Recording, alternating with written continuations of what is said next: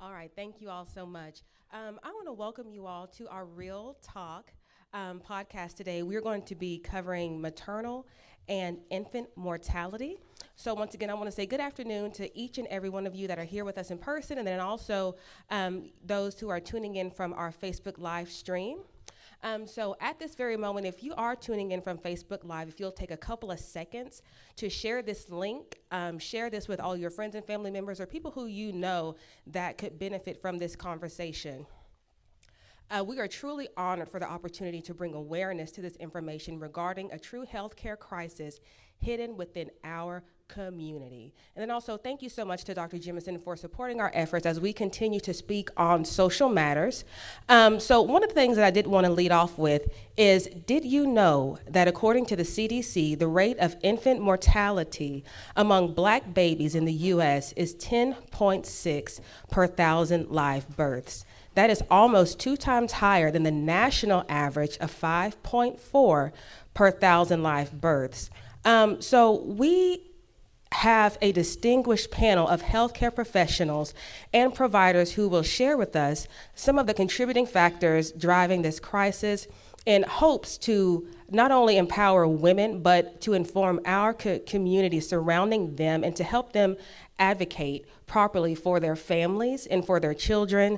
And the fact that the rate is almost twice as high as the national average, that's a big deal. And that is cause for concern, and it definitely requires and deserves our full attention. So I will pass this over to Ms. Barbara Colbert, who is going to be helping me moderate today. Thank you. Good afternoon, everyone. Galatians 6:2 reads, "Carry one another's burdens, and in this way you will fulfill the law of Christ." To bear a burden means to take away or carry off the weight someone else is experiencing. In essence, you are bringing some form of relief and comfort to someone else's situation that's challenging.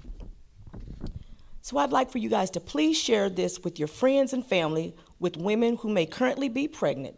There is power in knowing your rights and connecting with a network of providers that want to equip you with details that can ensure a better quality of care for you and your family. And one of the things that I did want to add to that scripture is to bear another's burdens. That is a commandment that is given to the body of Christ. It's not just an African American issue, it is an issue among many others that we should, as believers, make sure that we pay attention to. So with our resources, with our knowledge, with our education, with the willingness to look outside of ourselves and say, hey, my neighbor is hurting. Hey, this community of people, they're hurting. That is how we care for one another. And like I said before, this is not just an African American issue. This is an issue that requires all hands on deck. So without further ado, we are going to go ahead and introduce our panel today, and they are very distinguished. I'm so excited to hear the feedback. Okay, these are the pros, these are the experts, and it's a true blessing to have them here. So we are going to start with Miss Elisa Joseph. If you would go ahead and explain and tell everyone of your line of work. Thank you, ma'am. Well, thank you, Deandra and Ms. Barbara, for having me here today. My name is Elisa Joseph. As you said, I'm a registered nurse, and I'm the founder of the Maternal Society.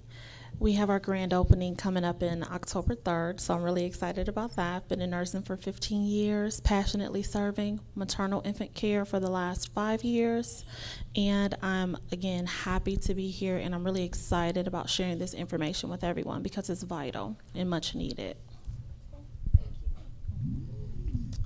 I'm just taking off. All right. Yes. I'm Farah Antoine Mayberry. I'm an occupational therapist and a doula, a midwife's assistant, and a lactation consultant. I'm the founder of a nonprofit here locally called For the Village, where we train Black women as doulas and childbirth educators, and we partner them within the community to provide doula services with to our Black birthing families. So very proud of the work that we do. My name is Christopher Harris. I am the physician and owner of Nexus Family and Maternity Care. I am the state's only Black fellowship-trained FMOB, which means that I do family medicine, full spectrum care, but also am fellowship-trained in women's health and obstetrics. Okay. I don't think I need to, but I'm going to do it just to be compliant. I'm Camille Davis. I am also a registered nurse. My focus has been in perinatology for high-risk OB. Majority of my career for the past 25 years has been in labor and delivery.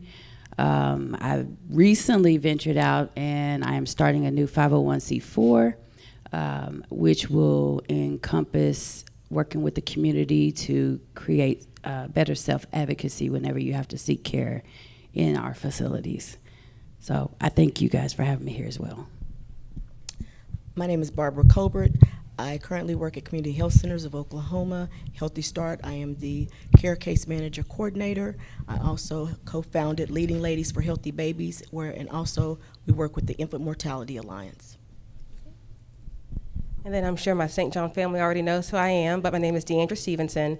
I'm the ministry leader of our Fusion ministry. It's our adult ministry, ages 18 to 45. But then I'm also, it's a dual focus today because I'm also volunteering through my nonprofit, which is Envision. It stands on 4 pillars: community, family, faith, and finance. While this is not a financial literacy piece, it's definitely a community issue, it's a faith issue, and it's a family issue. So 3 out of 4 pillars ain't bad, right? So I'm so grateful to be able to facilitate this panel of guests. Even though I'm not the expert, they are. So we want to hear what they have to say. So with that being said, we will go ahead and start off with the first question. So our first question, we'll speak to the panelists directly one-on-one, the questions below. So we'll start off with social determinants of health. These are places where people live, learn, work, and play, which affect a wide range of health risks and outcomes. All of these play a significant role in maternal and infant mortality. Can you address some of the social determinants issues that you see contributing to the overall poor health outcomes for African American families in your community? I'll get it. I'll take that one. The biggest thing that I see at this time is awareness. We try to make the community aware of what's going on, but I think that we fail when we make them aware of what resources are available. Of course, we have the disparities we have to address, but not only that, we have trust factors. We have to break down these barriers so our African American community, as well as others, will feel comfortable coming to seek care. Not only that, on the other side of that, we have issues with implicit bias. And I think it's just a multifactorial issue, and until we all come together to the table to address these issues that are comprehensive, we won't see a change. Okay, I'd like to speak to that a little bit. So in terms of work, specifically with African American families, I find that they are not aware of their laws and their rights in terms of taking time off when they're not feeling good after giving birth. Maybe they were released back to work too soon. Maybe they felt like their healthcare provider was not listening to them when they said, you know, my cramps are beyond what I think they should be. My bleeding is excessive, or I just can't work a full day. And we often hear that, well, I often hear that, you know, pregnancy is not a disability, so you should be able to work. And it's like, well, you're right, it is not a disability. However, there is a process to healing. It takes the body a year to naturally return to its pre-pregnancy state. And that is in ideal circumstances. That means with the proper nutrition, the proper amount of water, the proper amount of rest, right? And we all know we're not getting that, unfortunately. So you consider that, but you send them back to work. We're looking at what, 6-8 weeks after a C-section? That's a major surgery. Yeah. And we know, well, I'm sure we know, African American women are at the top of receiving C-sections for a matter of convenience or lack of knowledge or preference. I'm really not sure exactly, because studies have said that it was this, but no, it's that. So I don't want to be partial in that regard. But in terms of these social determinants of health for African American women, I would say the work is the largest piece that I see, because they're just not aware of like breastfeeding laws. Can I breastfeed and go back to work? Yes, you can. Or what if I don't have enough milk? You file for FMLA at work. When you have a child, you're able to have FMLA, intermittent FMLA. But many of us, we do not know our rights, even in the workplace. So we think that if we don't go to work or if we miss too many days, then we won't have a job and then we can't provide. But we need to learn how to navigate, and it's a deficit in health literacy. We need to raise that health literacy among African American families. Yeah, I think the health literacy piece is huge. Just in clinic with all women's health, I spend so much time educating women about their own anatomy and understanding different words and terminology. You know, most commonly, like, oh, I had a total hysterectomy, so I don't have ovaries. No, that's not how that works. And so taking time to educate patients on that, because it is complex, right? Even physicians, if it's relating to OB, if you're not OB, they don't do it. They're calling OB to help figure it out. Like, they don't want any parts of it. But I think also transportation is a huge issue.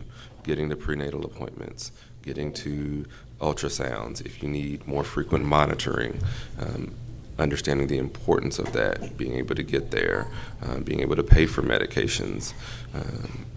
I mean, there's times where I've had to, you know, just personally pay for a patient's medications just because they said they couldn't afford the $4 or $7, right? And so conceptually, that seems like not that much. All right, I'd love to pay $4 or $7 for medications, great. But for some, that is a lot. And so having that access to those things is a huge detriment, or lack of not having access, rather. So. And really, just to sort of blend some of what everybody is saying, because education is important and the implicit bias plays a big piece. And maternity leave, when it comes to our Black postpartum families, often looks different, with moms having to go back to work sometimes 2 weeks later or 6 weeks later. Yes, we want to educate the Black moms and dads. But it also needs to happen with a certain quality of respect that we're just not given, right? Because if I don't feel like you are worthy, or if I don't see you as an equal, then I'm gonna dumb things down to you. And I will say, just, you know, from what you were saying, Elisa, about, you know, why so many C-sections, I might not have the statistics, but when you're at the front lines and you're attending births of women who look like you and women who don't look like you, sometimes it just slaps you in the face just how different a lot of those circumstances are. Sometimes it feels like you're in a dream where they're just not listening to these Black moms and they're going through the motions. So you can educate them, but I think a lot of us feel this way, that with the things that need to happen, I believe most of it needs to happen to people outside of the Black moms that are being, you know, that are pregnant, if that makes sense, right? It's not all on them. We also have to work really hard to establish a community outside of our community that sees us and respects us, and I think that's going to take a really long time. All right, thank you so much. And we'll go to question number 2. So what would you consider the most significant event, trend, or development that you see happening with families that you work with? I would say, just to continue on with that work piece, is that the families and the moms who are going back to work and they don't have the answers, they turn to their community. They turn to their moms, they turn to their grannies, they turn to their neighbors, and which is great. The concern with that is a lot of our community is not properly educated on best practices and evidence-based practices. And so you then create sort of a struggle that you don't want as a healthcare provider. So you want them to trust their families. And then I come in, and I don't want to say that's wrong. What I'll have to say is, it sounds like they want the best for you. It sounds like they really love you. But lately, here's what we like to see, and here's what research has shown us, right? And we have to lead that way. I spend so much time going into conversations and appointments with mom, just debunking and educating on old practices because they felt like their healthcare provider did not listen, so they had to then lean on the people that they love. So that's like the number one thing that I've seen with my families. And I think, I think in those instances, optimal healthcare for our community would include not just the patient, but the patient's family. So that, you know, if grandma's gonna be the one helping you take care of baby, bring grandma in. And we also, as healthcare providers, have to be well-trained in how to include the extended family in a respectful way. And not just be like, we're not giving syrup to the baby, but just be like, yeah, you know, my grandmother said the same thing, and not making it feel like we're challenging them, because a lot of times the elders, they're just protecting it. They're doing the best that they know to do. And so we have to really know how to be trained to establish a safe space where they feel comfortable and they see you as a provider who genuinely cares about them and respects them. Yeah. I believe that we have to address this twofold. We talk about the community and them needing to be aware and educate themselves and self-advocate.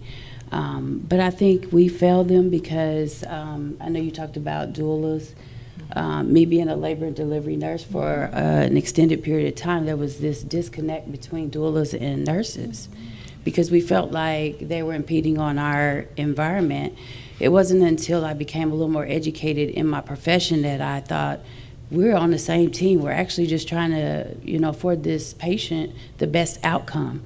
So it's really hard to only address it from a patient standpoint or a community and not really look at the health community as well. We've all got to come together at some point.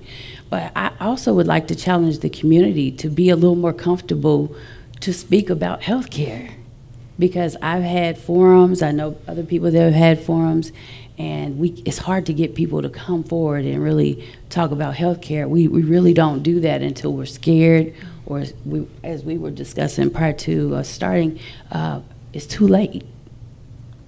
So I just say that, you know, we all have to come together and figure out how to bring the health community as well as our the communities we live in together so that we can figure this out together. And I did want to ask a question that is not on the sheet. From what I hear you all say, and especially the comment that you made, Farah, about like putting syrup or just doing like the old school remedies, we'll go ahead and say that. How can we bridge the gap between the younger generation and the older generation as regard to healthcare? And especially within a community of people that have a history of mistrust in the healthcare. So it's kind of like, yes, I want to follow and I respect, you know, my elders because they've made it, but at the same time, making it with what you had is not always the best answer. But how do you still address that, just like you said, without discrediting the elders, but then also re-educating both the young and the old as to, well, this is the reason why you got this result when you did this, but let me show you the correct way. Yeah. It was almost like you were almost there, but you know, with maybe adding like a little bit of sugar in the milk or doing a little bit of something. Like, how do you, how can we bridge kind of like the old school remedy and the actual medical truth that may have been behind it, so then that way both young and old, they still feel validated, and that one is not completely off, but then, you know, like how do you make them see both sides of it? There is actually a story that I like to use to explain that, and I think it's important to do exactly what you're describing, because there are individuals that look at these statistics and think, how is this my problem? How is the fact that black babies are dying my problem as, you know, if I'm a white woman type of if I'm a white nurse? Because a white nurse or a white provider may feel like, I treat all my patients the same, which of course that's not the appropriate response, but they may feel very much like they're disconnected from the problem and not recognize their bias. And then when they hear about things like, oh, well, they're not going to their prenatal visits. No wonder they're not, their outcomes are what they are. Oh, they're providing these old remedies. No wonder their babies are dying.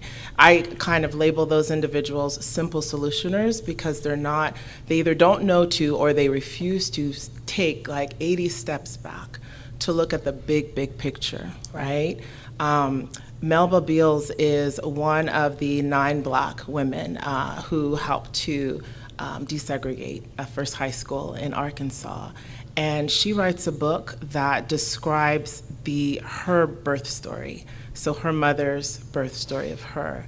During this time of segregation, I guess Melba's mom was very short and her dad was really tall, and the way her mom was carrying concerned her grandmother. So her grandmother begged a white hospital for her to get permission for her to give birth there. And she got rejected multiple times, finally got a yes. The yes was with conditions, and the conditions were that Melba's mom would have to give birth by the end of the week, that the only people that can come to the hospital would be Melba's parents and grandmother, that they'd have to come around to the back of the hospital, and that they wouldn't get a birth certificate. And they met all of those conditions. And at this point in the story, I pause because as a doula and as a midwife's assistant, there are instances where a mom wants to give birth by a certain time. Maybe she's trying to avoid being induced or whatever. And I know that usually if she's wanting to give birth, she's not going to because she's so stressed and the adrenaline will take over. So in my mind, I wonder what they did to have her go into labor, and whatever it is that maybe family helped her do would be seen as a simple solution or as, that's why that's happening. But sometimes your options are either the bad option or the worst option. And in this instance, we're in so many instances we're in survival mode. So sometimes our options just aren't great. When Melba's mom had a really difficult labor, they had to use forceps. They refused to use pain medicine. The forceps left an open wound on her head that got infected. Her postpartum recovery happened in a janitor's closet. Melba sustained a high temperature, and the nurses refused to do anything. They very much made her feel like, you don't even belong here. And it was a Black janitor that overheard a doctor speaking at the nurses' station saying that some type of Epsom salt rinse of some sort needed to be used. So grandmother left the hospital, came back. So really tough story. And very evident with, blatant examples of racism in that. I like to think about the different people that are connected directly and indirectly to this case. I think about, I wonder if the doctor had a resident. I wonder if he was teaching anybody and what he normalized for that person. Mm-hmm. I wonder what conversations the hospital employees had at home. I wonder if they said things like, I don't know if I can go back there. I don't know what this world is coming to. We had a black patient, without using such a gentle term. And really, because, of my love of children, I really zoom in and I wonder about children that sat at dinner tables, because I imagine that they sat quietly eating food and getting the information that there's a group of people that obviously don't deserve what I deserve, because those kids they're doctors now, they're teachers, they're stay-at-home parents, they're bus drivers, they're store owners. And when you look at all of that, and a mom comes to you and she says, my grandmother told me to give syrup or carnation milk to my baby, you have more sensitivity. You don't just focus on how not okay that is. You understand, and you come with a posture that acknowledges that, and you create a safe space for them. But you have to be willing to hear all of this. This is not fun news. It's not pleasant stuff to talk about moms and babies dying. But you have to know how to approach it, and you have to know how to help the community receive the information and be sensitive about it. Yeah, sorry, that's a long one. Yeah. So, kind of going off the last part there, as you said, one of the things that I do in clinic is I try to set expectations for every patient that comes in, right? In our waiting room, there is a sign up that says, old habits don't open new doors, right? So when you come in, basically you can kind of disregard all of the old stuff. Everything's going to be new. And I tell people that I'm very direct, and this is what you're going to get, right? And I also, hey, I understand I'm not the provider for everybody, right? But when there are things that happen, I feel like there's so much ambiguity, and patients don't have clarity when they leave. And so that's the reason I'm so direct. No, you need to understand this. Don't do this if it's something that you're not supposed to do. But then I follow that up with explaining why that's not the case, right? Yes, grandma did this, and she cooked everything in one pot. That's because she only had one burner on her stove. So now that you have 4, it doesn't need to be that way. And we know that we've gotten further, we're living longer because of advancements in technology and medicine and education. And so that has to be factored in, right? When I believe it was the Challenger that exploded in 87 or 86, there was a movie that ended up being created about it. I think it was Robert Downey Jr. And one of the things in there it said was, we had a failure of imagination, right? We didn't imagine that putting people in a closed container with 100% oxygen, what would happen if a spark went off, because that's what happened. And so my job is to imagine, right? My job is to forecast and think ahead. I tell patients, you know, your job is to be the what expert. You tell me what's going on. I'll be the why expert. I tell you why it's happening, and let me be the one to worry.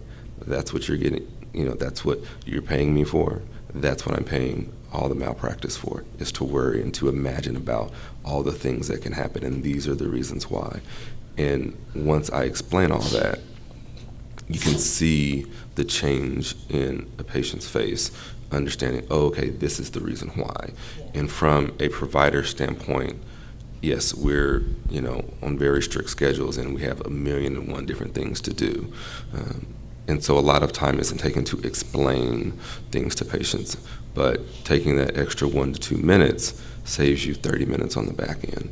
And so, you know, I think that's one of the ways that you can go about bridging that gap between old and new. Yes, what you did was great. I appreciate that. That got your generation to this point, right? But that's not enough. Now we have to take the next step. And so some of that is letting go of old habits. Okay, anyone else? So we're going to move on to the next question. How has the U.S. medical community failed Black mothers? Can you bring this closer to home?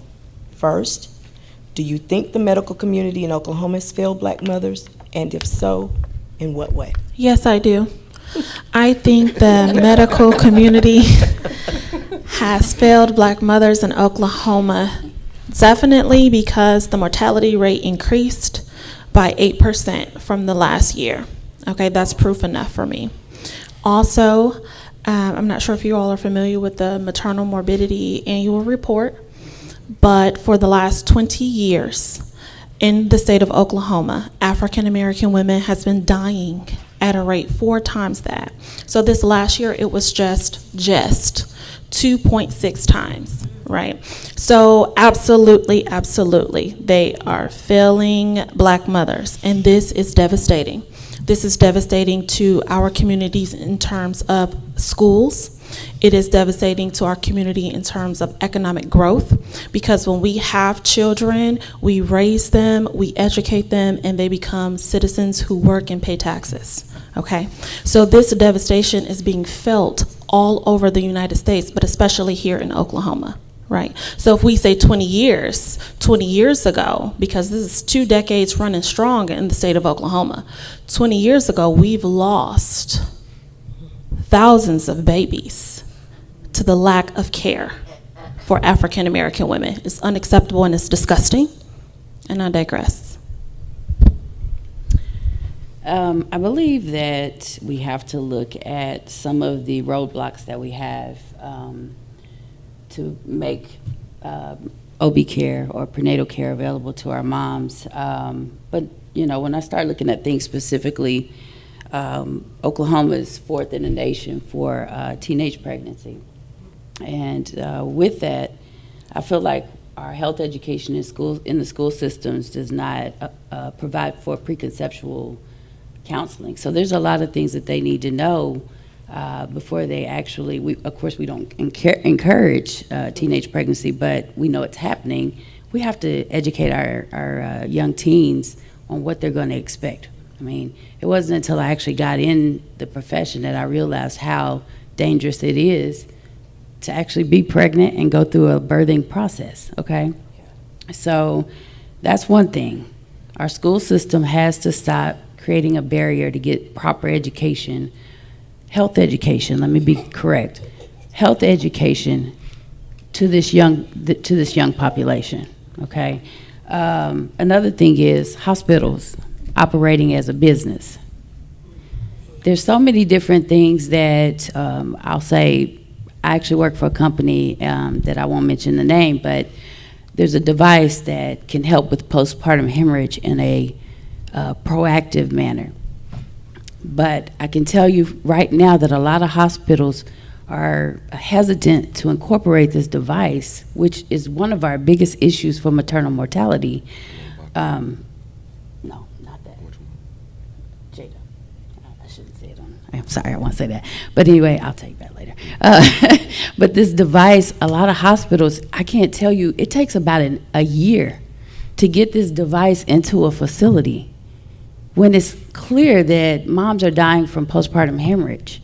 I don't understand the roadblocks that you have to face to get something into a facility when we know what the problem is. So there's just so many little nuances that we have to identify and call, to the table so that we can make comprehensive change. We can talk about what the problem is all day, but until we make adequate change, it has to be comprehensive. It has to make sense. Until then, again, I say that, we really have to call people to the table and do the work, make those changes. So, kind of a couple things. So one regarding, hospitals think about things as business first. As an independent practitioner, having my own clinic, I have to think about business, not first, but always, right? Business is always going to be on my mind, because if I cannot pay bills, then I cannot be open. And if I am not open, I cannot service our community in the way in which I feel like they need. So business is always there. But here's a caveat with that. Years ago, I had Jeff Johnson come speak at OU when I was in medical school. And I had some time to speak with him alone, and we talked about business and things like that. And he told me about his business model, which I have adopted for our clinic, and it's called a double bottom line structure, right? So one, your initial bottom line is obviously are you financially solvent as a business? But their second bottom line is, did they meet their social impact goals? And if they have not met said goals, then they consider themselves internally insolvent. And so understanding that those things aren't mutually exclusive. So when I've made pitches to other administrators about things, I know that they think about business. I know you don't care, and I'm not going to even expect you to. That's a waste of my time. But I say, okay, well, here is the average cost of every preterm birth is $64,000, and then the average cost of every postpartum hemorrhage is, let's say, $25,000. This device costs you $1,000 to use, and then I will run analytics and say, okay, at this point, this is why you need to do this. I don't want you to care. I mean, I do, but you're probably not. So real expectations. But in order to get what I want, I'm gonna talk to you in your language, right? And so I think that in general, there's a lot of, from providers, there's almost no understanding of business. And so there's always a disconnect between admin and providers, right? And so that's how I've always approached everything to help solve that issue with Black moms.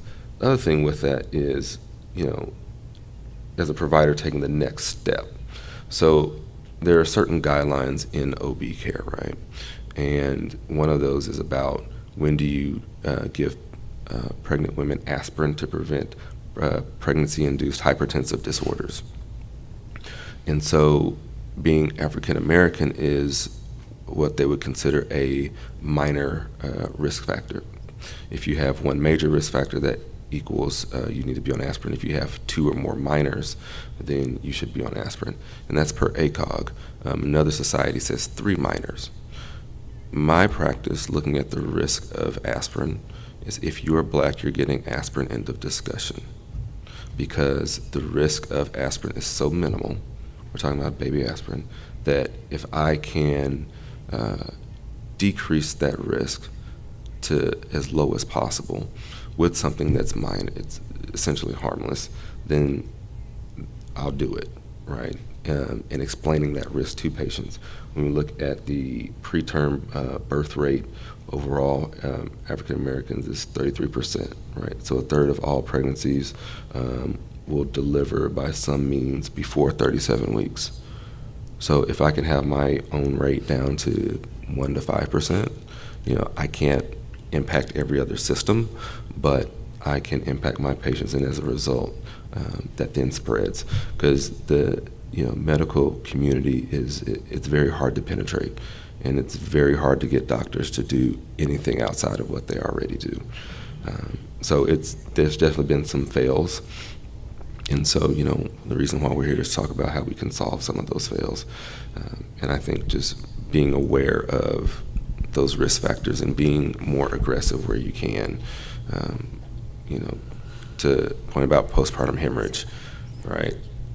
There are certain steps and medications, and I'm running that every delivery, every single time in my mind. What am I going to do? How often can I do it? Okay, and I'm going to be more aggressive. If I'm concerned at all, okay, let's just go ahead and give this medication. We'll deal with the ramifications after, because whatever happens afterwards is going to be far less than what happens from a continued postpartum hemorrhage. And that's how I think about things, right? Because I have to think about the most severe thing happening. And to your point earlier, what's the decision? Bad or worse? Okay, I'll just take bad, thank you. And so I think those are some of the ways we can help solve the failures. And I'm sorry, can I also add that we have AIMS data where we actually collect information about what our hospitals are doing, i.e. maternal deaths, hemorrhages, all these different things that are happening. But this is a self-reporting, it's optional. All of our hospitals don't have to report this information. Mm-hmm. That's a problem for me, because they need to be transparent about these things. That's another way that we're actually failing our community. I'd like to say something to what you said earlier, if I can, about the teenage births, teenage pregnancies, and health literacy and reproductive health in school, which is very important, which is if we make it to 6, one of the things that I had mentioned. But here in Oklahoma, most of our maternal deaths are between the ages of 25 and 40 years old. And that's an issue for me, okay? Only because what we know about our bodies is that the younger we are, the more resilient we are. We have less years on our bodies. And as we age, unfortunately, I'm not sure if everyone of our audience know, but the eggs that are in our bodies are already there when we come out of the womb. We don't get new eggs every month. We don't get new eggs through nutrition, right? So a lot of what goes on in us have been in us for 25, 30, 40 years, on top of the poor quality of food. We are in a food desert. We are in a maternal health desert. It is on the website. It is not a secret. We do have the most deaths in the state of Oklahoma, in Tulsa County and Oklahoma County. This is factual. This is in the report for everyone to read. So these are things that we know. So I feel like, just like Dr. Harris said, we have to be more aggressive. Providers have to be more aggressive. 25 to 40 years old, we know that this is the sweet spot for deaths. So why aren't we being preventative? We know that if we have multiple babies, or if this is a second birth, or if we're going to do C-section, there's an increased risk of hemorrhage. And then there's this sepsis that other women is another high cause of death. Well, we know that when we have hemorrhaging, when we have other issues going on, we have open wombs, we are at an increased risk for what? Infection. Okay, they're all links, and we also know that increased hemorrhaging affects our what? Cardiac health. So we break down. When I say we, I'm talking about the great state of Oklahoma. We break down all these statistics about this many deaths are for hemorrhaging, and this many deaths are for cardiac arrest or cardiovascular issues. This many deaths are for sepsis. Baby, that's all the same. Okay, we talking the same thing. So basically, bleeding is the issue. We need to be aggressive. And I'm done. Thank you. I'm sorry, I want to add to that. When you talk about bleeding too, it angers me because we also know that the more they bleed, they're using clotting factors, and we escalate care. And so knowing these things, how can you possibly say you want things to change if you continue to do the same thing? I mean, I've been given the definition, I'm not going to say it. You can say it, okay. But I'm just saying, like, it's amazing how we allow small things to be a roadblock when we know that these outcomes have to change. I mean, one of my biggest pet peeves is going to meetings and talking about the same thing, and we don't do anything that's comprehensive to make a real change. Anyone else? I mean, we could probably keep going. I also feel like I'm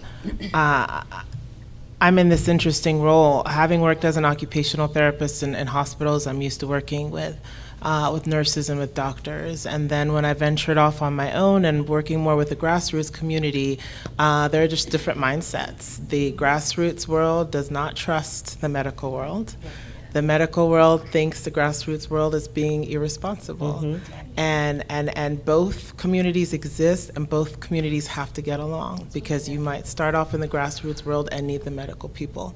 And when the medical people receive them, there's a certain way you need to receive them so that they're not feeling your energy of why did you even start this in the first place. But I'm also hearing that the weight can't all be on the doctor who is, a business owner and who is wanting to be the one who's worried about the big things and all. I do think that there has to be a team approach. And when I meet with clients, I tell them that to me, the ideal team is a team of experts to help this person feel empowered, because there's a physical part, but there's also an emotional part. Giving birth is a forever experience. It's not just, okay, baby's here, mom's alive, baby's alive. There's more to it. Like, we need more than that. That's the bare minimum, is for everyone to survive. And so I tell clients that the ideal team to me is the mom, a birthing person, is at the center, has a supportive partner, has a doula that can provide pretty much kind of like a consultant, has a provider that she trusts, like a provider, because thank God there are different providers. Not everybody is the same. But I tell them, I want you to find a provider that you trust so much that if they told you that you needed to do something that you didn't want to do, you would be like, I don't want a surgical birth, but I trust him, I trust her, and he knows my heart, and he knew how to support me, so they don't feel then like they need to rebel. And so working to find somebody that they trust, and then having a childbirth educator and a lactation person. Even if you don't know if you're gonna breastfeed, you're still gonna have milk in your breasts after you give birth. So that all of the weight, so that when a person is in labor and she hears Pitocin for the first time, that's not an optimal time to learn about what that is and what your options are. Right. I tell my clients, in the nurse's defense, the nurses don't have time to teach you all the things that would have been helpful for you to know before you came here. And so everybody is an expert at what they do. The doctor is an expert at what he does. The partner is an expert in what they do. The doula is an expert in what she does. And together it can help to enhance that experience. I don't think it should be in anybody's hands.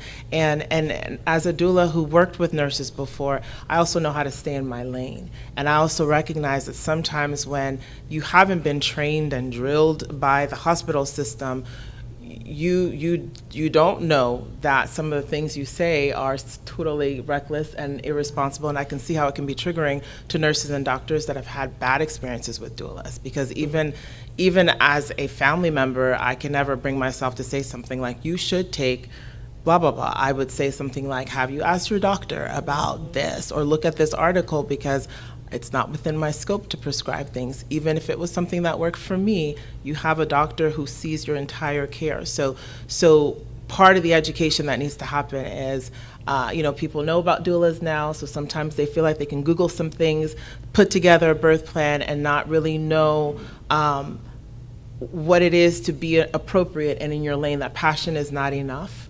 And really it makes for such an excellent team.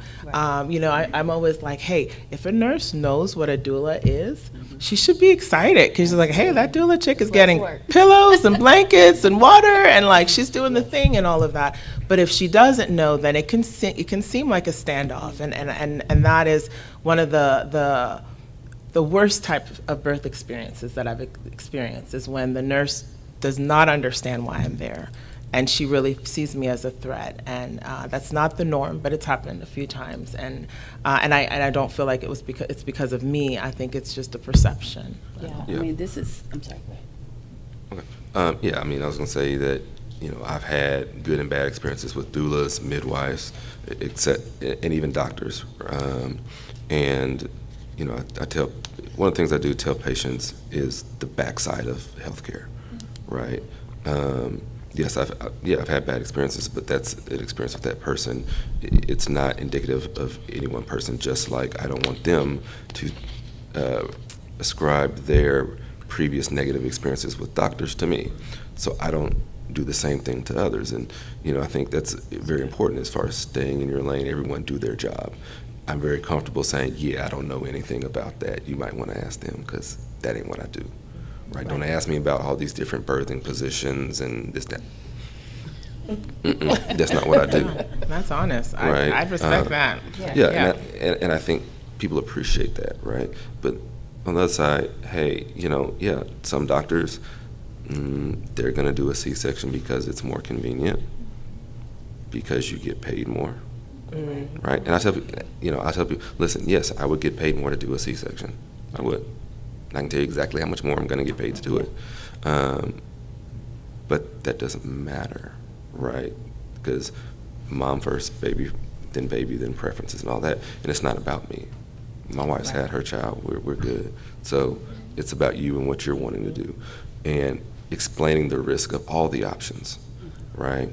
Yeah, we talk about vaginal delivery, and that's ideal, but let's talk about some of the long-term sequelae that can happen from vaginal deliveries too, right? Because you, in theory, from a preference standpoint, you could make an argument for a primary C-section in explaining the risks. Right? Here are the risks, here are the options. You choose what you want to do. And when we look at, some of the things that happen, you talked about support and stress, right? When we account for all the socioeconomic factors of social determinants of health, we know that, for example, Michelle Obama has a higher chance of having a bad pregnancy outcome despite being a former first lady than a white lady that is on meth here in Oklahoma. Wow, and that shouldn't be so. Right. That's crazy. And so when we account for all that, well, why? There's this underlying thing that you can't measure called stress. Yes. You can't measure pain, you can't measure stress. Yeah. And so there is some factor of that that's going on. And so to your team approach and to this education, there was something that's called Centering Pregnancy that was created to address these factors, and that's a group prenatal care model. There's now Centering Parenting, which is a continuation to get through the first year of birth, or the first year of life. And so I'm actually the only practice on the west and central part of Oklahoma that does Centering Pregnancy. Why? Because if I look at my time, that's a 2-hour prenatal visit. Now granted, it's groups of women, so I might cover 6 during that time period. But from a business standpoint, that 2 hours, how many patients could I have seen and generated revenue? Because you don't get paid extra for doing Centering Pregnancy, and you don't get paid at all for pregnancy until after postpartum. So why would I do this? If, from a system standpoint, it's going to cost me money. Well, not really, because remember that $64,000 per preterm birth? Yeah, that's how you're going to make it back, right? And so it's those type of things where we cover all these things like Pitocin, and we're going, I have different people come in and speak with these women, because it's not all about, I can't help you with breastfeeding. I can assess for a tongue tie, and that's about all I got for you. Otherwise, we're calling lactation. So having someone come in to speak to them to understand that process, to understand the mental side of it, addressing anxiety, depression, things like that. All that plays a role, and that team approach is definitely needed, and a team of even pregnant women, so they can help bounce things off of each other. Women who've never had a child versus women who've had 3. So. Again, I'm going to go back to the state issues I have. Reimbursement for delivery, unreal. Mm-hmm. You know, you were talking about your patient load. I mean, when you think about provider to patient ratios, it's getting bad. We don't make it attractive for physicians to come to our state either. So the work is way earlier than what we're talking about. We've got to raise our physicians. We've got to get in the school system and make sure people are aware before they even start having babies. Our problem is in the school system. And so until we actually make significant change in that area, we're going to continue to have these problems. We can talk about all of these things all day long. I love what you said about, we do have a thing called Team Birth. OPQIC, the Oklahoma Perinatal Quality Improvement Collaborative, they actually have ventured out into different hospitals and initiated this, where we do include all aspects of the team to make sure we have a good outcome for that birth. The thing is that, again, these things are optional for hospitals to adopt. You know, so at some point we've got to start looking a little bit higher and start making some noise about legislature and things like that. Like there should be no reason that women's health reimbursement is worse than any other subspecialty. I would like to just add one thing, because Oklahoma, every state has their issues, but I will say to the question that we just answered, do you feel like Oklahoma is failing black mothers? Yes. However, there are a couple of things that Oklahoma has done within the last year to improve African American health and the health of all women. So one of the things is that they extended postpartum care for a year for those who are on Sooner Care, which was fantastic. Also, they added doula services to be covered by Sooner Care, which is great. And it also feeds this model of having a community and team approach to care. So yes, while reimbursement might not be ideal, at least it's on the bill at this point. So in Oklahoma's defense, they've done some things to make a change. However, I am not sure that this is a problem exclusively for Oklahoma. It is a United States issue. It is a health care structure problem. It is an issue there. So while Oklahoma may have created a platform for organizations or hospitals to be inclusive, to do better, ultimately the organization has to want to do better and be inclusive and take the time and choose the model. So that's what I'll say to that. Yeah, absolutely. Also, I was going to tell you, you were talking about, you know, that they're extending Medicaid for a year, right? I'm sorry, I think you said Medicaid, right? The thing is that if you look at statistics and moms returning for postpartum visits, that's pretty low as well. So again, I say earlier education, so we can extend these things, these resources and all these things, but we have to take advantage of it too. So the onus is on both of us. And we have to talk about those things. We got a lot of work to do in the medical community, but we also have a lot of work to do on the community side. So I wasn't speaking about Oklahoma in general, but I think I was just wanting to kind of shed light on, there's so many different aspects that we can make improvement to make an overall solution to our problem, or improvement, I should say. Okay. This is so good. This is so good. And I want to ask a question to you, Farrah. And it's one of the things that we know what a doula is, but it's one of those things, just like you said, yes, they did within Suna Care extend the coverage to a doula, but I don't know what a doula is, and I don't know why I need it. Yeah, absolutely. What is a doula, and how can we? Definition for a doula is pretty abstract, so it's good to know examples, but a doula is usually a woman who's been trained to provide physical, emotional, and educational support to a birthing person, and typically to them and to their partner. So again, sounds very abstract, but particularly in this country where, from an education standpoint, we don't talk about childbirth. Most of us know about childbirth through, Hollywood. Like most of us don't necessarily even know about our own reproductive systems. So we're like in survival mode. We're getting birth control before we even understand what our anatomy is and before we even know the terms. So we're just grasping at things. And even with Medicaid providing doula services, there's good with that, but again, because we don't start at the beginning, we won't know the full picture. We won't know how to grasp and to take advantage of it in the best way, because it'll be like, I heard about a doula thing. Yeah, I'm 37 weeks pregnant. Can I get a doula? Type of thing.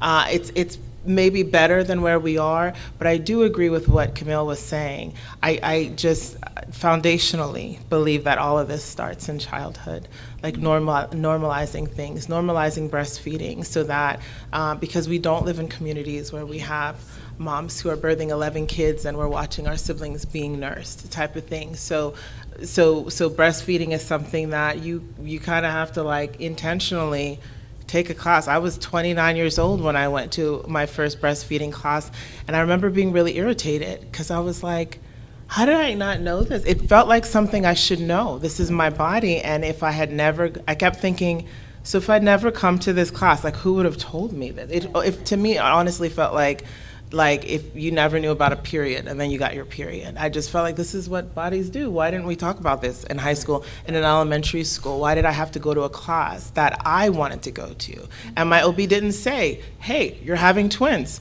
You should probably go to some classes. My husband and I just wanted to know all of the things. So having a doula, particularly in this country, where again, culture-wise, education doesn't necessarily involve childbirth and breastfeeding, it leaves a really safe space for couples to be like, I really don't know, or I'm really scared, or I don't know what questions to ask. My parents are from Haiti, and in the Haitian culture, doctors are very much seen like high up there. Like Haitian people get dressed up to see the doctor. So asking questions to the doctor, you want to be careful not to be disrespectful, right? But I was raised to be respectful, and if you're my provider, I want to feel like I can ask questions, right? Some old school providers see that as a threat, and I have heard things. I've heard clients tell me, well, I was asking the doctor questions, and he straight up told me, I'm not in medical school, I'm not interested in answering these questions. So then I'm like, hey, that's great. It's great when people show you their colors up front, you get to make the decision, because that might work for some people, and it might not. But not everybody knows that they can even do that or how to do that. So with a doula, really, my goal is I share my birth philosophies when they first meet me, and then I tell them, and then I won't tell you them again, because my job is not to convince you to have the type of birth that I want. My job is to support you. I just want you to know what I'm about, and maybe you'll want somebody different who's more this or more that. But my job is to support. I have moms who are like, I'm getting an epidural, Farrah. I just want to labor a little bit. And I'm like, cool, tell me when you want to. This is, these are your options. There are things, being in labor it's not an optimal time to learn things for the first time, because you're anxious and excited, and you should be. And you should have a team of people who know what you wanted. When we have 6 kids, and when I was pregnant with my 4th kiddo at 39 weeks, I had to go to the hospital to get checked out. And when the nurse checked me out, she's like, you're 4 centimeters, you're 3 centimeters, but I can stretch you to a 4. And my husband was with me, and she said, do you want me to stretch you? And we both answered at the same time. And he said, no. And I was like, yes. And I was like, oh, that's right, no. And I was like, why is he here? And then I was like, that's right. He knows my plan because I'm vulnerable. I'm tired. I'm done. But I'm also like educated, and I have a team that's like, yes, Farah, it is hard, but you can do this. This is what you wanted, type of thing. And so a doula is there to really help with that, because you forget the questions, and sometimes, and hospitals are businesses. So you came to the hospital to have a baby. It's time to have a baby. And if things aren't moving, it can very easily make the pregnant person feel like something's wrong, because it's not moving at a pace that, it feels like everybody else feels like it needs to move in. So really helping the clients to recognize what's normal and what's not. And if I have reluctant clients who are like, no, I don't want it. I don't want the C-section. I can also be a safe place to be like, hey, listen, like, this is what your baby's heart rate is doing. And, you might want to choose to get a C-section before it becomes an emergent situation, and just taking the time to talk to them. So it's not just, doulas are all about everything has to be natural, non-medicated and all of that, but to be a bridge, to be a consultant, to be a safe space, to be somebody who comes in knowing the patient and what they want and all. So yeah. Okay. And I know we are going past 2, but I keep hearing team. Yeah. And I love your transparency, Dr. Harris, whenever you say, now look, I know how to give you the remedy for the tongue tie or whatever it is when it comes to breastfeeding, but I have no clue about the different latches, about the different ways in which the birthing positions are. I'm so thankful for that, because I think within our community, I think that within the healthcare space, everybody should know everything. So if you could choose, what does a team look like around a woman who has become pregnant or who is thinking about becoming pregnant? So my medical doctor, he's going to help me with this. My RN is going to help me with this. My lactation specialist is going to help me with this. I need a doula because I need an advocate. Yeah. Like, what does the ideal team look like? What does support truly look like? And how early should they start? Well, I think, as far as when to start, preconception counseling is the best way to do that, and trying to figure out what's the optimal time to mitigate risk factors. Is age a factor? How much time do I have? If we're younger and we're dealing with obesity, then let's talk about losing weight, and because here is why, your weight will put you at risk for A and B, and then A and B then have these risks, right? But as far as the structure of a team, I think about it just like any other team. You have your head coach, and then all the assistant coaches that fall under that, your position coaches. And yes, I believe a physician should be at the head of that for a couple of reasons. One, I think looking at everything high up and saying, okay, here's our goal, these are the things we need to worry about, these are the things from a medical standpoint I am concerned about or I'm not concerned about. And then you have the medical legal aspect of things. Part of the issue in America is it's very litigious, right? And so when lawsuits happen, the way it works is that every doctor that's on a patient's chart during a certain visit, they're all sued together at once. And then they figure out who they want to go after that, because you only get one shot. When staff or nurses or things like that are included, it's the hospital system that's sued. And so there's different protections. It's the system, and then the physicians are separate. And that's other reason why physicians being at the top, because of our malpractice requirements and how things work, people are going to go after who has the most money, right?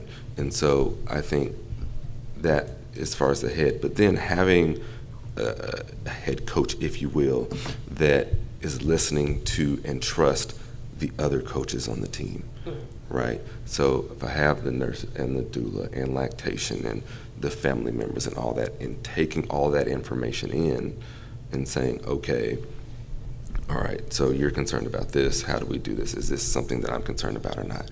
Because I tell every pregnant woman, my priorities are mom safety first, baby safety second, preferences after that.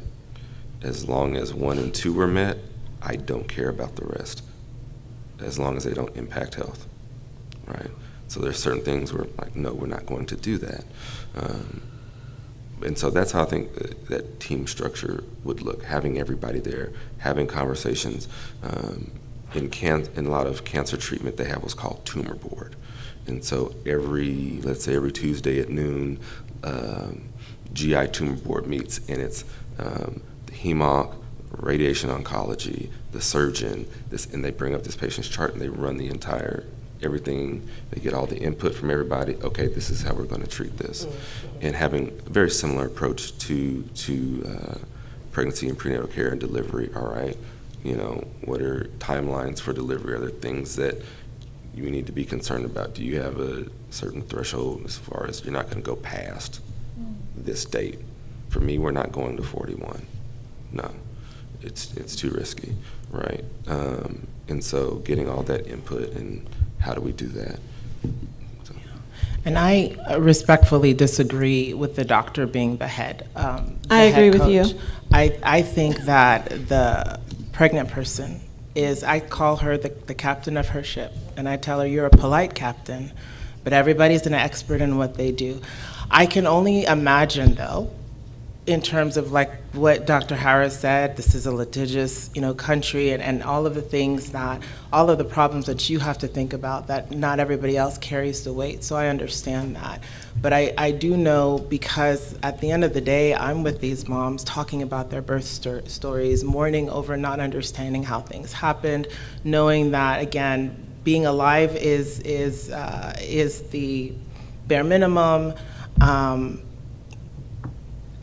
When you have a culture, when you look at the midwifery culture, which midwifery care is not for everybody, but when you see how in the midwifery care the woman is at the center, it makes her feel empowered, it makes her feel invested, it makes her feel like she has permission to be part of the conversation, where she's not just being spoken to and said, we're not going to do this because this is what's going to happen, but it's just like, it's a culture that says, I trust your body, and I encourage you to find out more about this.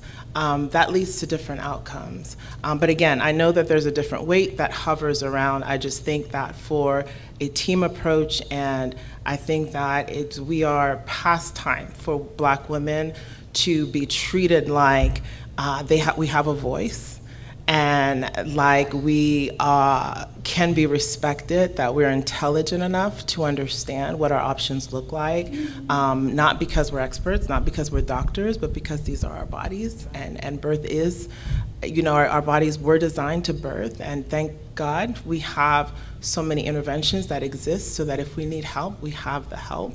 But in my experience, for the sake of mental well-being, helping the mom feel like, again, not I'm the boss of this, but like, hey, these people are here for me, and I get to choose. I get to choose my team.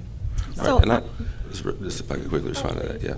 So it's not, the point of what I'm saying is not I think there's two different things. The input and the weight that you put, or the decision making, is one aspect of things that's different from a structure. At some point, someone has to be the final decision maker, right? And yes, and that's why I say like health preferences. Preferences, I don't care, right? And if the structure is, someone's physician's leading things and saying, okay, these are all the things that we need to do, because there are a lot of different things that need to be done. It's not saying that you're excluding or minimizing woman's input or what her goals are and what her preferences are. I think that's part of the appropriate team leader, is saying that, hey, okay, what is it that you want to do? And then, okay, that's the focus. And then how do we get there, and leading the path to getting there, because there is a lot of different things that go on, and because you look at, okay, from a safety standpoint, what is this, what is that? That's why I said it's not to exclude or minimize the woman being at the forefront. I think that's the point of why we're all here, right? But at the end of the day, there still is a knowledge gap that we're trying to help fill in that. And coordinating efforts is part of that leading team. It doesn't matter, saying one person's not valuable or invaluable or whatever. It's all about coordination and putting all this together, because someone has to be able to, again, coordinate that and centrally locate that and keep everything all in order and intact and communicating with all the different people. We can't rely on patients to, if they're leading the team, I can't rely on a patient to tell me accurately what conversation they had with you or you and this person and this person, this person. It's you're sending me a chart note, and then I'm calling you. Okay, what was the conversation like with you? What was the conversation with you? What was this one? Oh, okay, cool. So this is what she's wanting. All right. These are the things that I'm concerned about. What do y'all want to do? Because I don't have to be the one making the final decision. Like I said, I don't care about preferences. We can do whatever you want, whatever delivery position, any of that. And I think that's it. But, as long as these things are healthy, I'm sitting back, and I think that's the style of the leader versus the structure in and of itself. Okay, so I'd like to speak to that, of which both of you said. It'll take a second. So at the Maternal Society, we have a community-based approach to care. What does that mean? That means that at any given point during this complex journey, somebody will need to lead this team. We will pass the baton on.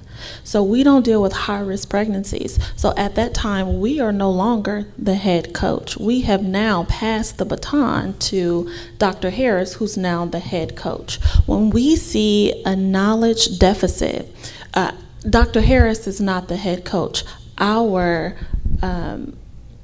doula is the head coach. Our registered nurse is the head coach in that case, because every pregnancy is different, and because we center our care around our moms, we do an assessment, we evaluate from the data we've collected, and then we compromise where we develop a plan. Who will she need to see first, and how often? In 1 week, how many appointments? When we get to, are we going to go to her house for this? Will this be a virtual meeting? Who will be on these virtual meetings? Because there is no one person that can effectively care for a very complex but natural process. Birthing is natural. So I don't think out the gate we need high-risk doctors and surgeons, and we need to be figuring out when we're going to do the C-section.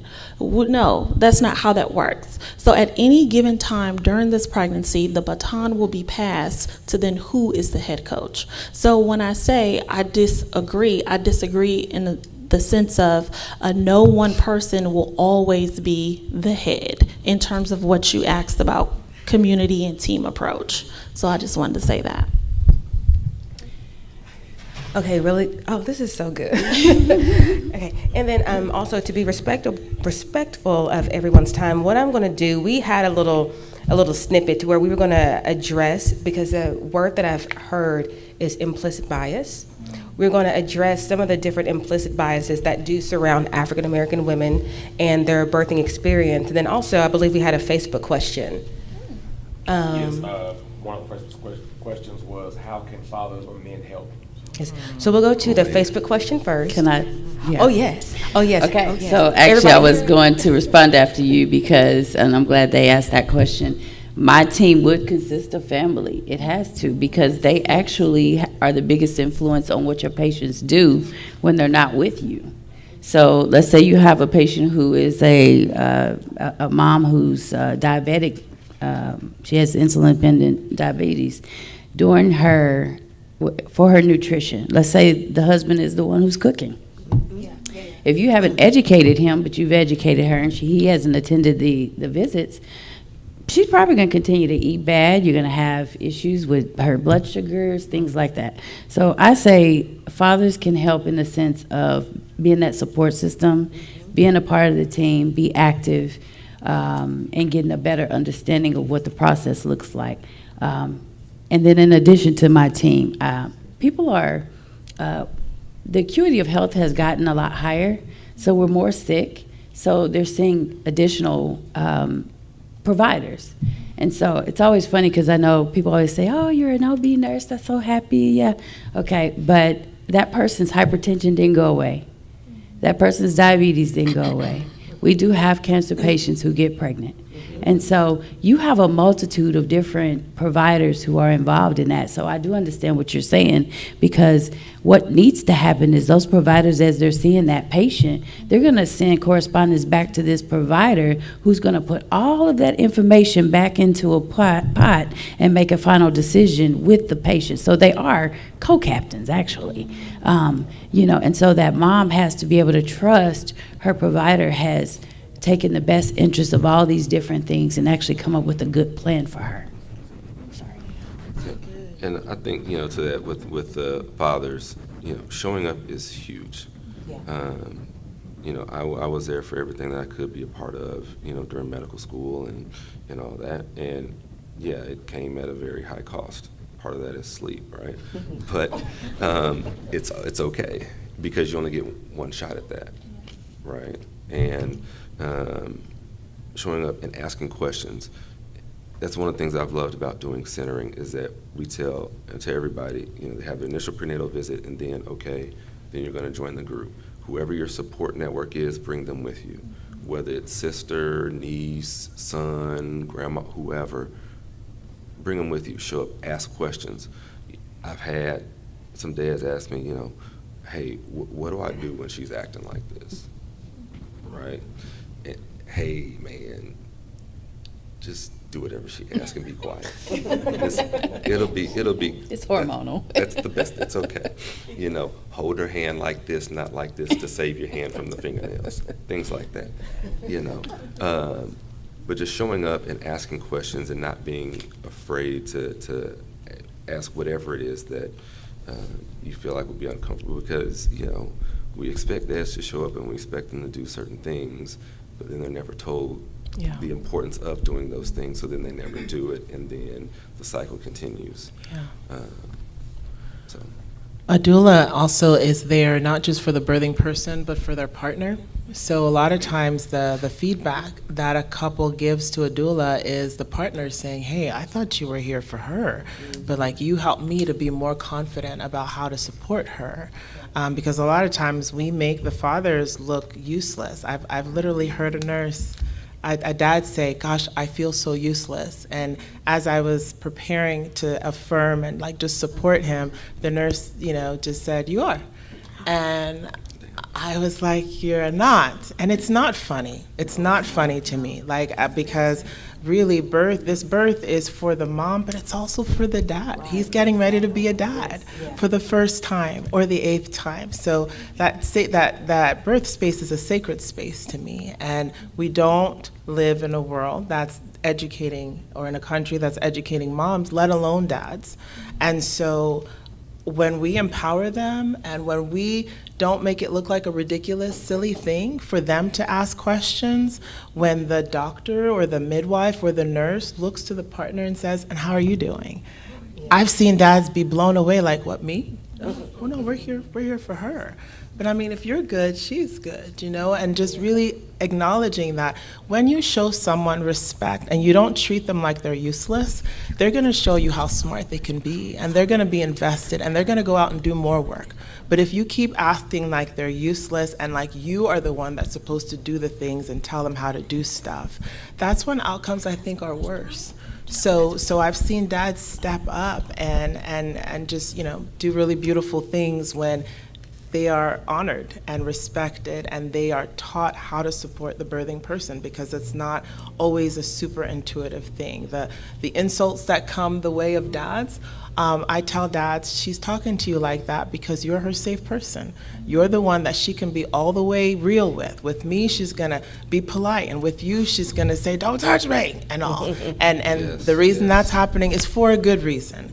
But without somebody to say that, he can get in his feelings, he can retreat to the corner, he can be like, hey babe, this is taking so long, just get the epidural, which for some people that's fine, but if that's not what she wanted, then she didn't get the support that she needed to have the type of birth that she wanted, and all. So doula.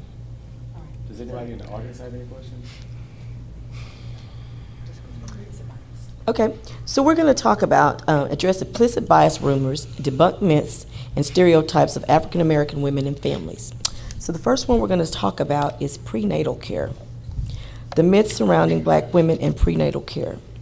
African American women are in this crisis because they do not seek prenatal care. So, So, let me oh, put some to that. So the actual fact regarding African American women in prenatal care is 95% of African American women access prenatal care during pregnancy. 3 in 4 do so within the first trimester. And the source of this is scholarly research from the National Library of Medicine. The article is Closing the Black-White Gap in Birth Outcomes, a Life Course Approach. But the myth that we were talking about is African American women are in this crisis because they do not seek prenatal care. And then I will state another myth. And then after we get done, I believe we have 3. Well, we'll do 3, and then you all can just briefly kind of expound on that. So then the second one is that African American women lack general education, thus affecting birth outcomes. So it's your fault. Pretty much, that's what they're saying. And then it says, but the fact is, African American women in each educational attainment subgroup is substantially higher than for infants born to white women with high school degrees or less. Let me read that again. African American women in each educational attainment subgroup is substantially higher than for infants born to white women with a high school degree or less, which is consistent with reports on this pattern dating back to the 1980s. And then another one is the fact is that infants of college-educated African American women experience 3.1 more infant deaths per 1,000 live births, or 46% higher in death, when compared to infants with white women with a high school degree or less. And then the third one is infants of African American women with a high school degree or less exhibit more than twice the rate of death than white women with a high school degree or less. So matched education, but more deaths. That's why. And then the last piece is says African American women. These African American white disparities do not support each other in low education. The white disadvantage hypothesis or socioeconomic hypothesis. So they have the same education, but we're down at a higher rate. Yeah. And then Barbara will speak to the last one, which is substance abuse, especially here in Oklahoma City, where opioids is an issue. Myth: African American women choose not to receive prenatal care because of their drug use. Wow. There are more African American infants born prematurely because African American women are most likely abusing opioids. Healthcare bias. Okay. Related to toxicology screenings, hospitals are more likely to conduct toxicology screenings on black women delivering babies than white women. Facts: while black women are twice as likely receiving drug screenings, white women are more likely to test positive for drugs during pregnancy. This information was gathered during a study that analyzed the electronic medical records of 37,860 patients who delivered babies at a larger healthcare system in Pennsylvania. Facts: another study analyzed the treatment options for African American mothers, Hispanic mothers, and white mothers. White maternal opioid exposure, 1,527, 1,710. Hispanic maternal opioid exposure, 129 out of 1,710. African American maternal exposure was 57 of 1,710. Of these cases, although low for African American women, 14 out of 50 were untreated in a hospital setting. Source: scholarly research from the National Library of Medicine.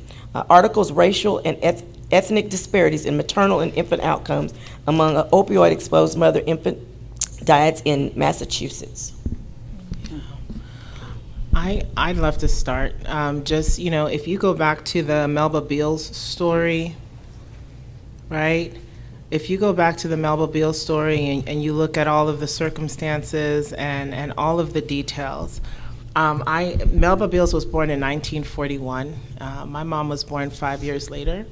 And I know that if that was my mom's birth story, if Melba's mom's birth story was my mom's, that would influence how she raised me, right? She might not want to take me to the hospital that had me do my postpartum in a closet, that refused to treat an open wound.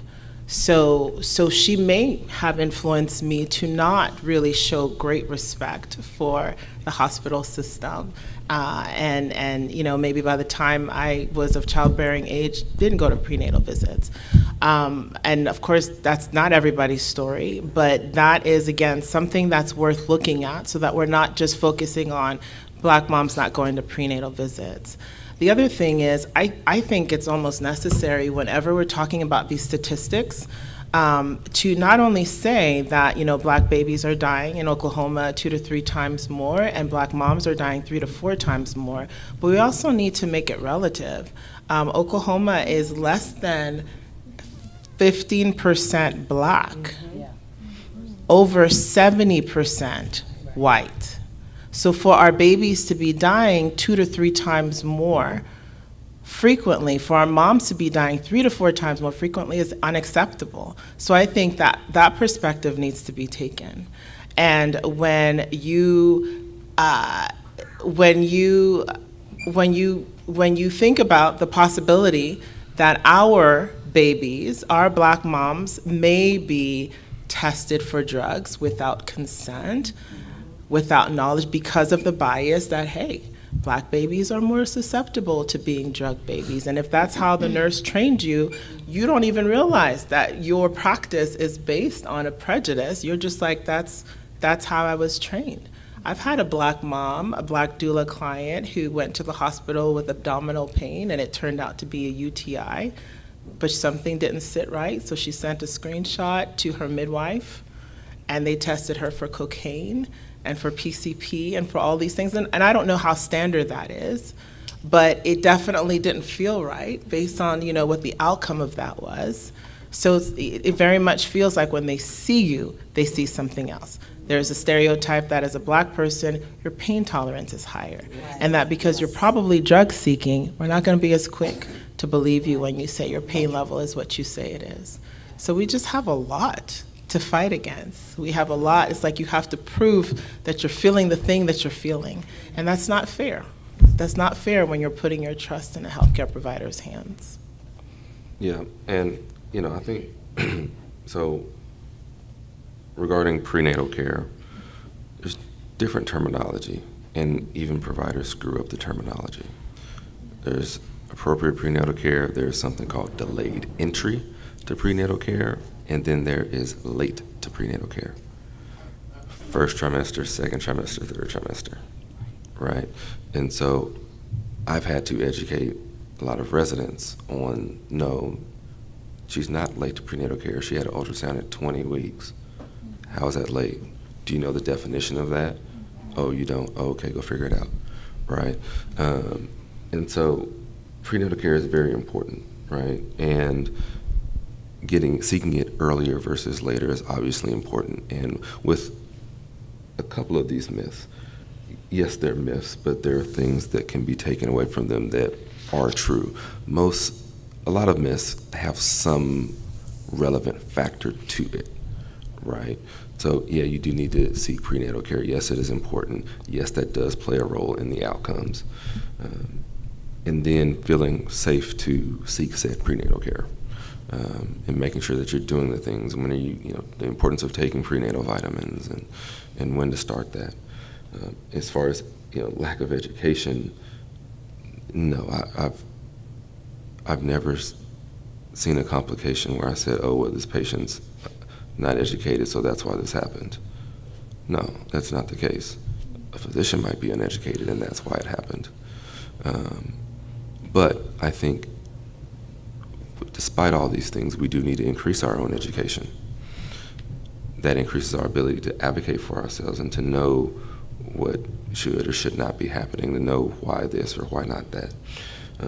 In terms of drug screens and standard of care, some facilities do have standard of care where, depending on the prenatal care that you may or may not have received, if you come in presenting with labor symptoms, preterm, then a urine drug screen is part of that standard operating procedure.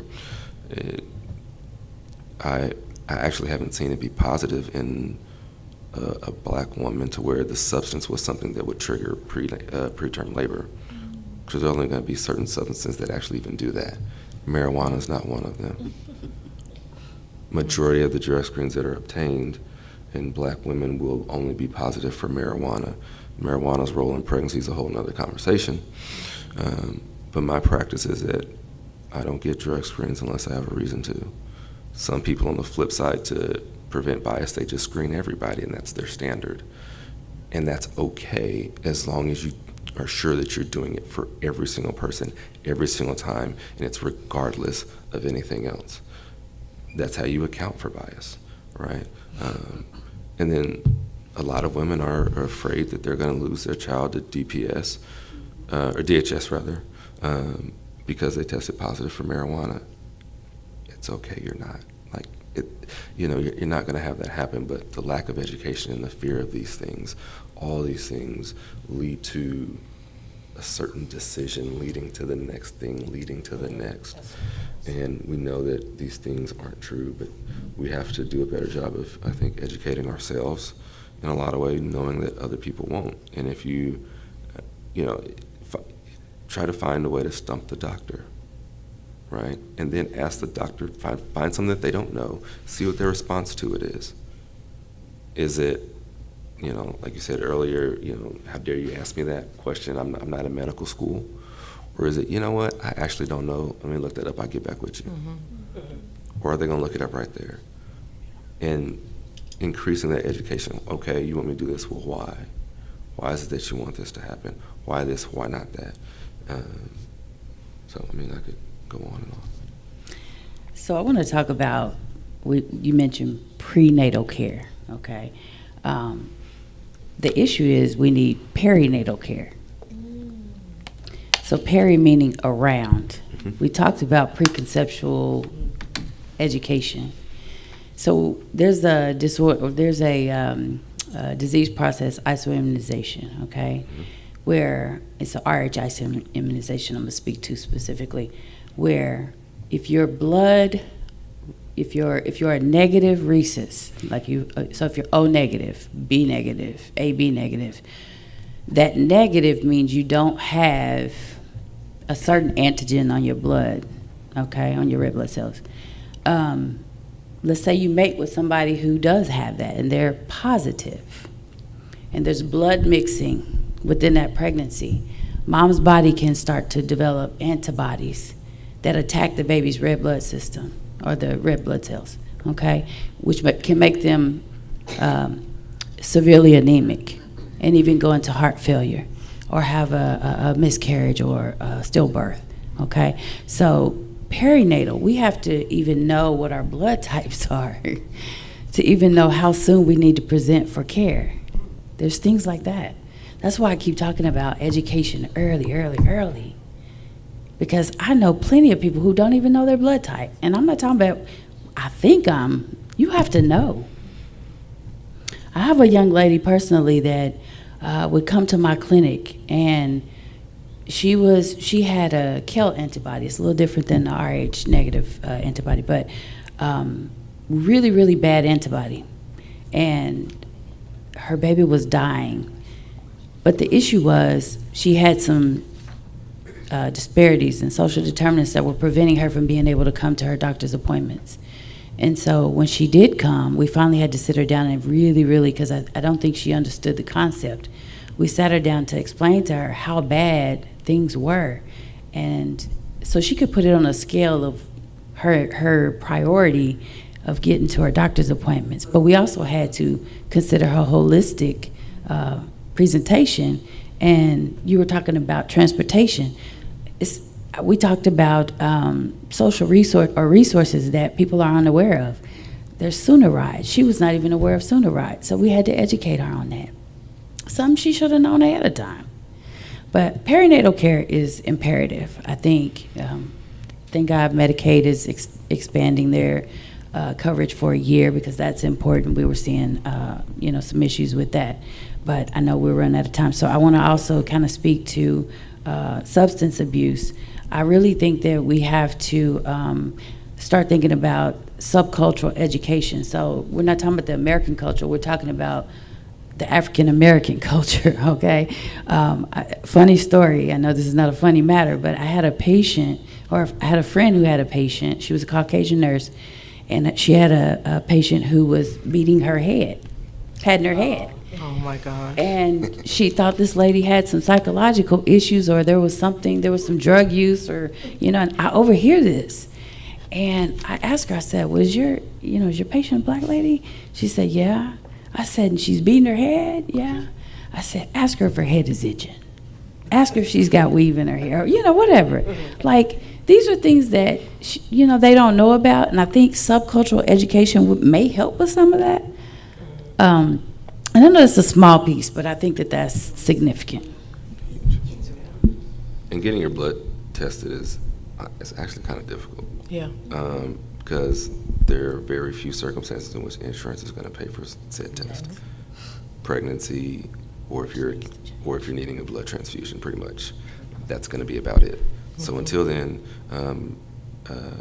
visit what's the name of the blood place over there on Lincoln. There you go. Go to OBI, donate blood, get your, you'll get your blood type through that process. So.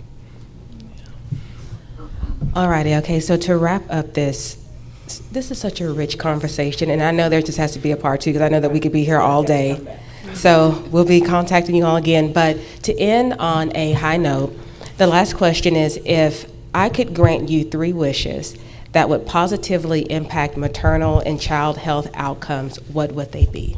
So I would say, for my 3 wishes, my first wish is that there would be reproductive health in schools starting at pre-K 3 to be specific.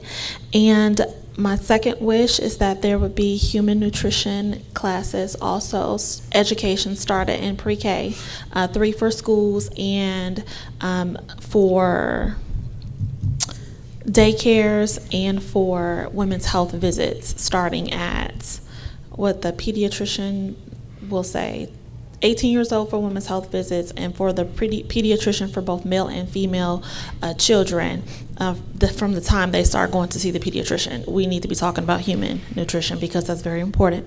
And my third wish is that every woman would have 24 months of home health care, home health coordinated care after giving birth for themselves and their child. My first one was similar in terms of education at all ages, elementary, middle school, all through college, just about sex and reproductive health, about conception and all of that before contraception. My second one would be to help increase the number of Black perinatal health providers. My third one would be to increase maternity and paternity leave to at least 6 months each.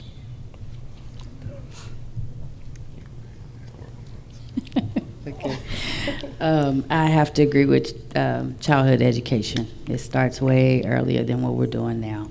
And not only just education, it needs to be comprehensive, because we put a lot of programs in our school systems and they are not yielding a whole lot of fruit. And I'm not negating any of them. They're definitely important, but comprehensive education.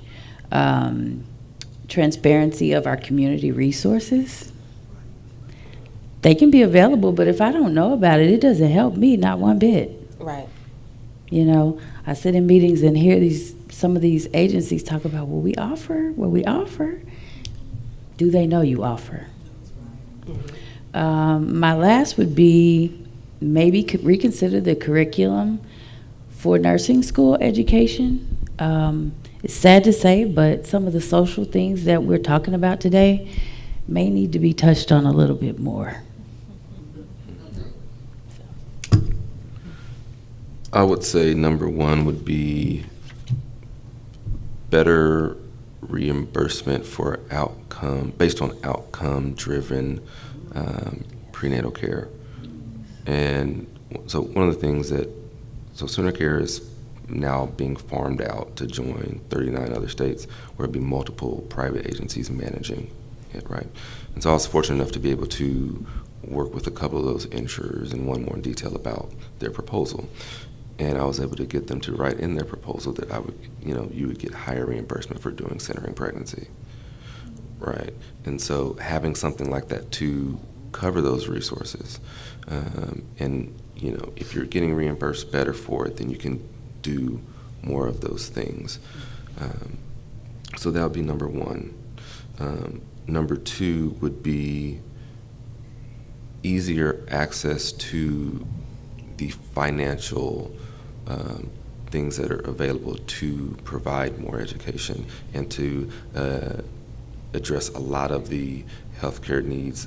We didn't even talk about issues regarding rural prenatal care and how do we reach these people, because the approach is completely different if you're 2 hours away versus if you're 20 minutes away.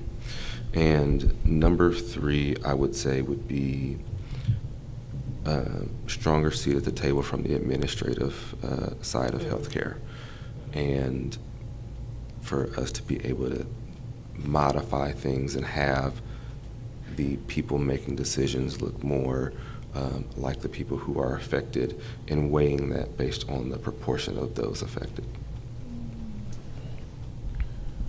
All right. That's so good. Do you have any questions from the audience? No? Okay. All right. Well, I want to take this time to say thank you. Thank you so much on behalf of St. John, on behalf of just me and Barbara. This was such a great conversation, and hopefully this is just the first of many to come, because one of the things that I heard you say is that if there are resources that agencies are offering, but yet we don't know it, how is that helping me?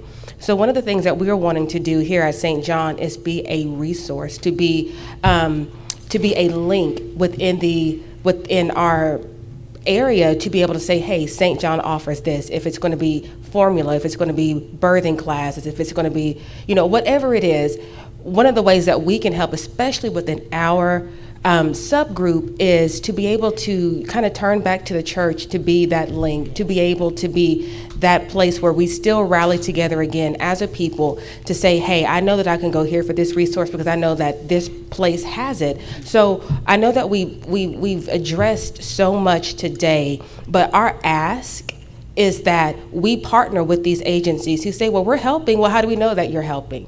Let us know, and we want to partner with you, so then that way it can increase visibility within our area. So that's one of the things that we're looking to do. So this is not just a conversation just to put everything out in the open. This is a conversation to start partnerships with companies, with organizations. If you don't know how to get into the community, call St. John, 405-478-3344, because we have always been a church that led when it came to social issues, to being an advocate not just for the spiritual health of our congregants, but then also for the practical part.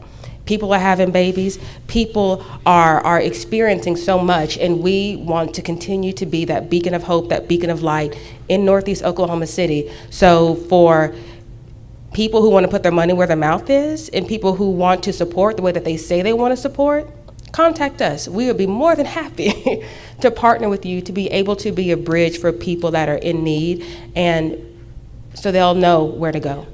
One of the many places. Barbara, did you want to add anything? I just want to say, I want to thank you guys all for being here. I appreciate you guys so much. Called to ask, and you showed up, so I really appreciate you. I want to also say I appreciate everyone in the audience. Kenyelle, she works for Oklahoma Healthcare Authority, and she's here. And three of my staff, Mr. Wesley Foster, he works with our fatherhood group where I work, and Ms. Larita Robinson, she's our outreach worker, and Ms. Lisette Lopez, she is our care case manager. And so what we do at community health centers, we work with families that are pregnant and parenting, and we work with our fathers. And so we work with the families up until the child is 18 months of age. So if there's anything that you need, we work with them. We provide education milestones, breastfeeding classes, parenting classes, and these are some excellent case managers, and they do a great job. So there's also, and I work in the community as well, I do a lot with our Infant Mortality Alliance and the Leading Ladies for Healthy Babies as far as mentoring moms that are pregnant And so we're here working with y'all. We're here to be able to provide, to help with those parents and education and awareness. And so you can always give me a call. My number at work is 405-427-3203. All right. Okay. Do y'all have any closing remarks? Are we good? Yeah, I'll share. For our nonprofit for moms who are pregnant looking for, Black moms who are pregnant looking for a doula, they can check us out on www.forthevillageinc.org. Okay. And then Elisa, where can they find you? You can find me at thematernalsociety.org. Just email us at contact thematernalsociety.org, or you can call us. We're located at 1701. We have 1701 North Martin Luther King Avenue. We will do our grand opening launch on October 3rd here in Oklahoma City. So hope to see all you people there. Okay. And then we'll be opening our booking for appointments here in September. And then Dr. Harris, where can they find you? Yes, so find information about Nexus Family Maternity Care, a few different places, nexusfmc.com. We can also schedule appointments online there as well. Also on Instagram and Facebook at NexusFMC. Okay. Thank you so much, Ms. Davis. Well, I have a nonprofit. It's up and coming, so right. stay tuned, and I'll have that information for you. Okay, perfect. Okay. All righty. So we're really going to leave this time. Thank you. Y'all have a good evening. Thank you so much.